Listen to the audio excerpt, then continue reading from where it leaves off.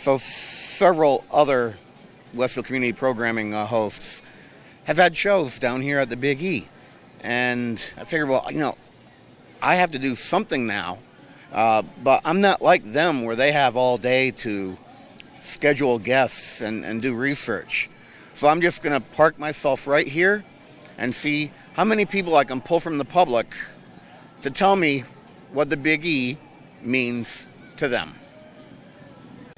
To me, Big E is like a regional, a nice national slash regional amusement park, but it's also a huge money-grabbing amusement area based on the prices for tickets, where if they do not tell you about the passes that you could do everything on, you could be using $100 only on like 7 rides. The Big E in one simple sentence means wholesome, enjoyable afternoon, mingling with people, having a little bite to eat. Great way to spend an afternoon. The Big E for me is just this kind of symbol, and like for everyone local around here, it's just kind of like an iconic place to go for everyone in Western Mass. It's got a special place in all of our hearts, I feel like. And of course it's Westfield Day, so it means special from the people in Westfield, Massachusetts. Wow, the Big E means a lot to me. I've been working here and coming here since I was a kid. It means New England. It means New England, the food, the fun, the friends and family coming here. My dad used to bring me as a kid and always win the big stuffed animal for me. So I pay homage to him here today. Yeah, that's what it means to me. Well, as somebody who's come here pretty much my entire life, it's the kind of thing that to me promotes local businesses. It promotes spending money, stirring up the economy, something for the kids to do safely. And I got a little pig down there in the Mallory building that I know for sure is going to win that contest tonight. We're going to get that blue ribbon. So it's always been an important thing to us and our family, and we're happy to have it back this year. The Big E means a lot to me, and we have a shop. It's called Maureen's Sweet Shop in the Massachusetts building. We make our own made fudge and chocolates, and there's lots of food to eat and circus to go to. So come on down. You'll love the Big E. It means a lot because you come here every year, you get to see all the wonderful sights and sounds of the Big E. Also, you get to eat all the great food that they have, and there's plenty to choose from. If you can't find something to eat, you're not looking right, because right down here is an avenue of the best food in the fair, including those gorgeous little donuts, which I like the best. This is Mike Davison reporting from the Big E. Do have a great time when you come down. Well, I've never been here. This is my first time here, and I've never seen something so big and awesome. It's amazing. I love all the food here, and I can't wait to find the animals. I'm still trying to find them. You know, the Big E to me means everything, and the response we've had from the fairgoers this year informs me that it means a lot to a lot of people. Bringing people back together again after the pandemic has been a humbling experience for all of us who work for the Eastern States. The tremendous response and support that the public have showed this exposition is very powerfully meaningful to everybody in the community, because the commerce that is done on the grounds of the Eastern States is materially important to the economic well-being of Greater Springfield. And today is Westfield Day. It's a celebratory day for all, and I hope everybody from the great city of Westfield comes over and makes a visit to the grounds of the Eastern States Exposition at the Big E. Boy, this is hard work. A lot of people just keep looking at me as if I have 2 or 3 heads on or something like that. So instead of hanging around and being visited by dead presidents and the like, what does Kenny like to do after a long day of work or a long day of nothing?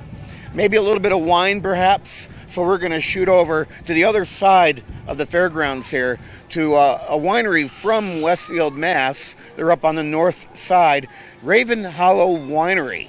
I'll see you over there. So I'm here with Debbie from Raven Hollow Winery, is it? Yes. Okay. Now, what makes your winery different than a lot of the other wineries in this area? So we are a family-owned winery. We grow all our own fruits and vegetables. We do not use any grapes in this. It's 100% fruit-based. So it's the difference between using a grape base and 100% fruit. Mm-hmm. All right. And so every single wine that you offer is made with fruit? Yes. Everything is grown right on our farm. Yep. Mm-hmm. All right. And so it's grown and matured. Everything takes place right there. Yes. All right. Yep. So what type of offerings do you have? So we have 5 samples that we're doing here today. This is our sweet apple. It's made with a Honeycrisp Gala blend of apples. We also have a brand new ginger spice apple. It's a candied apple. We also are offering a apple cranberry, which is one of our favorites for Thanksgiving. Mm-hmm. Our 2 best sellers are strawberry rhubarb and a blueberry explosion. Oh my. All right. So I saw something posted the other day. I don't know if it was a special you were running. Are slushy wines something that you deal with? We don't do our slushy wines at the winery, but they are doing it here at the Big E with our strawberry wine, and they're serving that at the wine bar. Yep. Excellent. Debbie, thanks for taking some time out and telling us a little bit about Raven Hollow Winery. Thank you. You're going to do a sample? Let's do a sample. We're going to keep this running while I do a sample because it's public TV and I can drink. What do we have here? The sweet apple wine. So that is made with the Honeycrisp Gala. It is the sweetest apple. So hence the name Sweet Apple. Oh, it's almost like a Moscato. Almost. I do recommend if people like a Moscato that they would definitely enjoy that one. Yep. Yeah, I can definitely see it. Yep. This one is our new one. It's a ginger spice candied apple. It's really nice for fall. You could do a nice sangria with this. You could do a mulled wine and heat it up and all the spices come out. It's also really good with Thai food. You could do this with a ginger teriyaki pork. So you could have this at Christmas time. You could. Yep. Yep. Our apple cranberry is really nice for Thanksgiving. Really complements turkey dinner with the apples and the cranberry.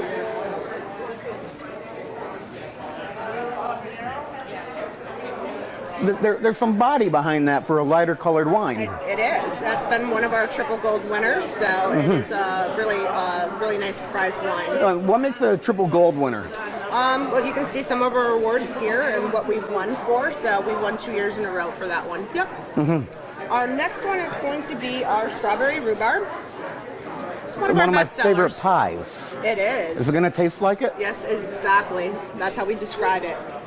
Sweet strawberry at front with a little rhubarb tang at the end. Oh, that definitely tastes like strawberry rhubarb pie. I'm not kidding. If you like that, you get down to Raven Hollow. Yep. Now, last but not least is our special blueberry explosion. This is our only one that has a little bit of oak and bourbon through it. So picks up more like a traditional red grape wine. So that's really nice with like a steak dinner. So you pick up the oak from the aging in the wood. Yep. I've got to grab one of those strawberry rhubarbs. I think that might be my favorite out of all 5 of them this here every year. It's one of our best sellers. We actually just got a new shipment in this morning, so definitely come down and get it. When during the year is that one available? We have our wine available all year.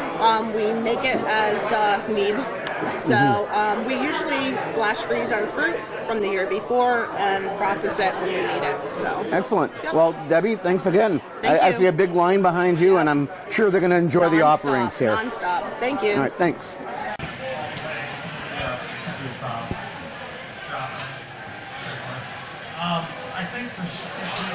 So I am outside this speakeasy. I mean cobbler shop. Okay, and V1. I mean, there's some shoe company on the inside set up, and I know that my buddy Rick Berry is friends with the guy who owns this company. So I'm going to turn this next segment over to Rick, and we're going to go check out a few things with V1. I mean, some shoe company set up inside this cobbler shop. All right. Good afternoon, everybody. We're back here at the Big E, and we're in a special place here, and we're at the Speakeasy. I don't know if I can tell you exactly where it is, because what happens in the Speakeasy stays in the Speakeasy, but we are in the Young Building, and we are in the V1 Speakeasy here with founder and owner Paul Kozub. Good afternoon, Paul. How are you today? I'm doing awesome. Thanks for having me, Rick. How are things going here at the Speakeasy? Yeah, really good. This is our first year, and I heard the space opened up, so my concept, the room is kind of out of the way anyway, so I heard, kind of figured that a speakeasy would be great. Again, I started my brand, my vodka, based on my Polish grandfather telling me stories about Prohibition. He used to run moonshine from the Ludlow area all over Connecticut, so I named it after him, Speakeasy by Stanley. Oh, nice. That's great. That's great. So how long has V1 been around? Around since September 1st, 2005, so we just celebrated our 16th birthday. Oh, nice. Congratulations. And, business has been very successful for you. I know I follow it. I'm a big fan of yours, and we're friends, and we go back quite a ways to some of the Yes, close to that. Yes, after we met through a mutual friend. But what makes V1 different than every other vodka on the market? Yeah, a lot of vodkas today, especially those Texas ones, are made from corn, and corn is the cheapest ingredient you can use to make vodka. We're made from farro or spelt, or Polish word is orkish, so it's in the wheat family. It's a very unique variety of wheat. Again, just like you could have a watch made from plastic or a watch made from platinum, right? They both tell time, but one's obviously performs better, lasts longer, is better, So the same thing with spelt. It's the highest quality ingredient you can use to make vodka, and we've won two of the biggest tastings in the world, one in San Francisco, one in Poland. We won double gold, so it's been confirmed that, V1 is one of the top vodkas out there. So when you first started out, you actually were distilling this in your basement, is that correct? Yep. Mm-hmm. Out of a still that you made yourself, correct?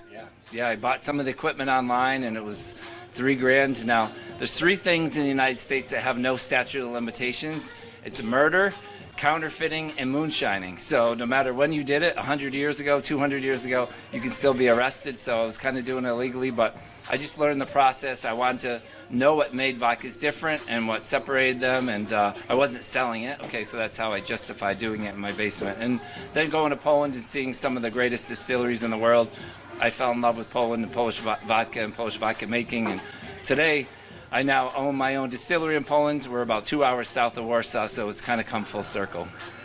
That's great, and I've seen pictures of it, and it's absolutely beautiful. I know you travel a lot over to Poland and spend a lot of time over there in this beautiful country that, I've seen the pictures through you and stuff like that. And your brand has actually grown not only in popularity, but it has evolved over the years. Over the years, you have had different bottles. Your bottle started out as different colors to deal with the different flavors.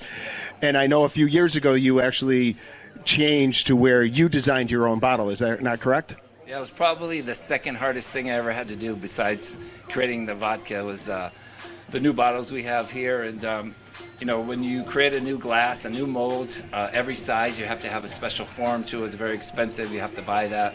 And so, but it really came out after about 1.5 years of working on it. I think it came out great. And we're now in Florida, in Texas, and Ohio. And so seeing people outside of Western Mass drinking V1, enjoying it, and really, with the packaging is so important to have that represent our clean drinking farm-to-glass vodka. That's great. It's a great story, and I know you've got a number of flavors. You have the original. You're holding on to the grapefruit. What are your other flavors? Yeah, we have hazelnut, coconut, triple berry, lime, vanilla, missing one, cucumber. Yes, the cucumber lime. Yep. Yeah. So I've done a couple shots myself today. So it gets a little. You gotta mix with the fans and do some drinks with them. But yeah, we do natural infusions. So where a lot of other companies artificially flavor, like how you flavor a Jolly Rancher candy. We use the real fruit. So we use the real grapefruit peels. We use real lemongrass, and it comes through in the vodka. You can really get that true taste of true to fruit taste. I know that, as I said, I am a big fan, and I've had a few bottles and that have if you ever come to my house, you've seen the pictures of my bar. The flavors are true. It's nice to have a natural flavor and not that artificial flavor that you're tasting. It makes wonderful drinks, and it does add a great flavor to anything that you're doing, whether it's a mixed drink, whether it's into your coffee, your hot chocolate, your apple cider, or anything like that. And I know you guys have a bunch of specialty drinks here, especially some that are available into the Speakeasy and out here on the fairgrounds. So we are going to have your one of your lovely bartenders here make one of ours for us. And who is this? Jordan. This is Jordan, and Jordan is going to make one for us.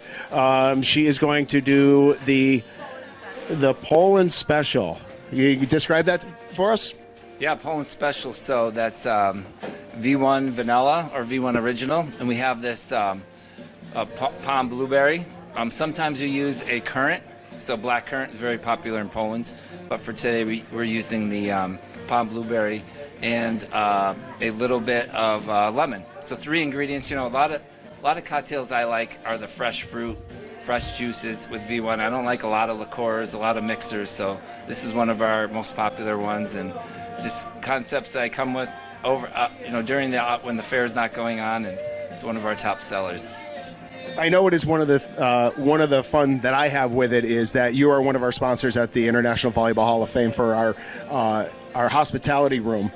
And I have the fun of coming up with some mixed drinks to complement the vodkas and stuff like that. And everybody from around the world loves it.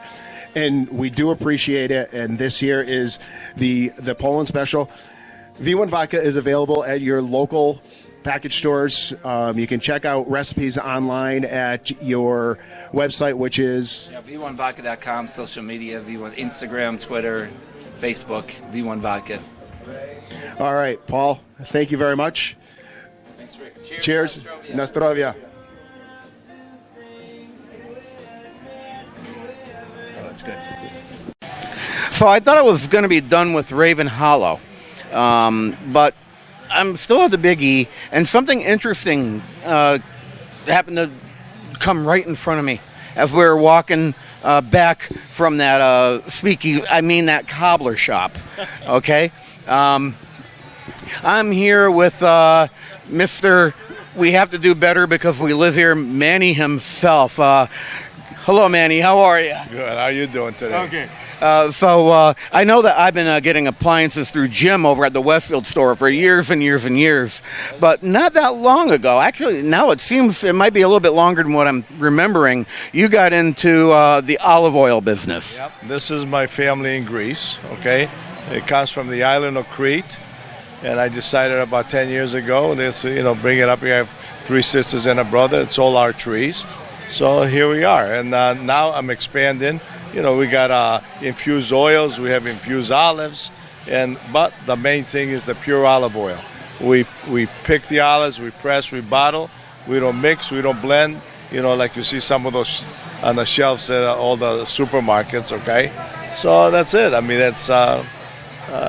What else can I tell you? I know one thing. Whatever I bring in this country, comes from the island of Crete. Okay, and everything is pure and. I'll put our oil against any oil out there. Mm-hmm. So the olive oil that you just mentioned, we're talking basically then only a virgin olive oil in that case. That's virgin doesn't mean anything anymore because they play around with it. They put a little bit of oil in there, but you got to remember the oil has to be first press. It's got to be cold press. The cold press means that the water has to be no higher than 79 to 80 degrees, okay? And that's why you get all the vitamins, you get everything, and you don't lose any of the good stuff going down the drain, you might say. Yeah. Mm-hmm. All right. Now, you also mentioned that you have infused oils as well. Are you using the same oil? So that's not the next pressing at all? Nope, same oil. That's just the way we do. We got the garlic, we got a salad, we got rosemary, basil, oregano. And the other thing that I just brought up this year was a nice balsamic. This is a balsamic vinegar. but we put a little honey in it, so it's a little sweet, and that's all you need for a salad. You don't need anything else. All right, so I'm noticing now what looks like, and I don't know, no, it is black vinegar in there. Like that's what I'm used to seeing with the balsamic. Also, we have the balsamic. It's white. All right. And that's tell me what makes a white balsamic. Well, it's a white grape. Okay. That's all it is. The red is the red grape, and it's usually the skin of the grape that makes the color of the same thing with the wine and all that. It's the skin makes the difference, because even if you open up a red grape, it's white inside. So yeah. All right. So we're going to stick with olives just for one more minute before we talk about grapes. I see now olives with your face on them. Same thing. We take the olives, and we bring it to they take the pit out and then infuse it with. We have it with almond. We have it with jalapeno. We have it with a great martini olive, by the way. Okay, this one here, and we have it with garlic and red pepper and almond. And also we got the regular ones, the Kalamata and the green olives with they have the pits in them. Are these your own olives too, or do you use a different source for those? No, different source. Okay. All right, great. The oil, the infused oil, yes, those are ours. And this is another thing here. This here is a tapana. It's a black olive, okay, and it's ground up. Ground up, yeah.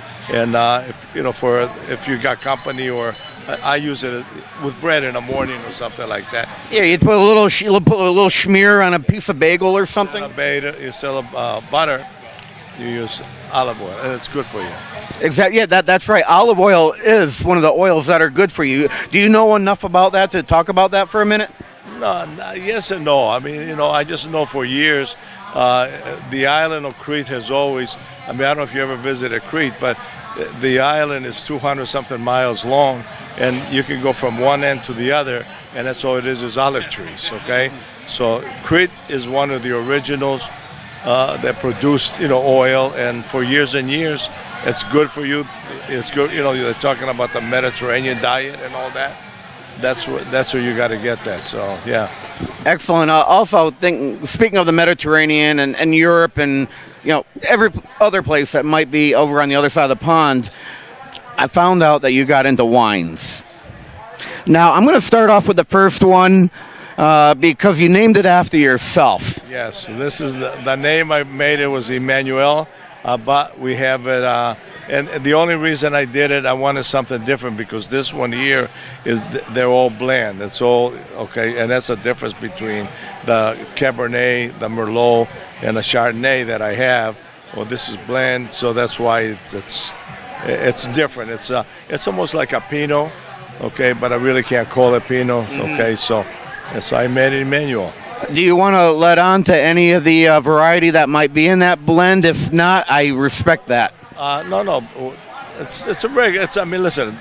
All these grapes come from the same. It's just how they produce it, how they do it. I mean, every vineyard has their own way of doing things. Okay, and same thing with us. I mean, this guy here is from the island of Crete. That's a friend of mine that we grew up. Okay, and so he's been bugging me. You're doing the oil. You're doing the olives. Why don't you do the wine? Okay. Excellent. I know that some people are very stringent. They'll do 25% Syrah, and it doesn't seem like that's the case here. But staying with a red, we now have your Cabernet Sauvignon. This, I will put it against any cab out there. I mean, it's really good. It's got that with a nice steak. It's excellent. Yeah. And where these are all from Greece, as Crete as well. Greece, Cretido. Everybody says Greece. Well, Crete is where I come from. That's where I was born. And, I came in this country in '62, and the rest is history. So yeah. And now I see you have the Chardonnay now, and again that's made in Crete. Everything's made in Crete. Everything. I don't bring nothing in this country unless it comes from Crete. Yeah. Okay, I do know a thing or two about Chardonnays. I will ask you for our viewers and listeners, because there are Chardonnays can go all over the place when it comes to the flavor profile. Is this stainless steel or is it an oak barrel? That's stainless steel. The Cabernets is oak barrels. Okay. Yes, and you see he's got it there. And it takes time for the thing. Like even this thing, 2020, that's the new one. But the way it's made, okay, you really have to go and see this guy here. Like they're just doing their grapes now. August and September is where they pick the grapes, and the rest, yeah. Great. So again, that is a stainless steel Cabernet. So those of you who are really offended by the strong oakiness of a Cabernet, you're not going to get it with this one. Definitely no oaky taste in this one. No. Okay. I want to thank you for taking some time out to talk about your olives and olive oil and wine and Opa. No, Llamas. Llamas. But this, by the way, they can go down Table and Buy in West Springfield. Carries that. So, and if you got 3-4 days left for the Big E, come down here. V1 Vodka across the way also, has my wine. So try it. Excellent. Thanks again, Manny. Thank you.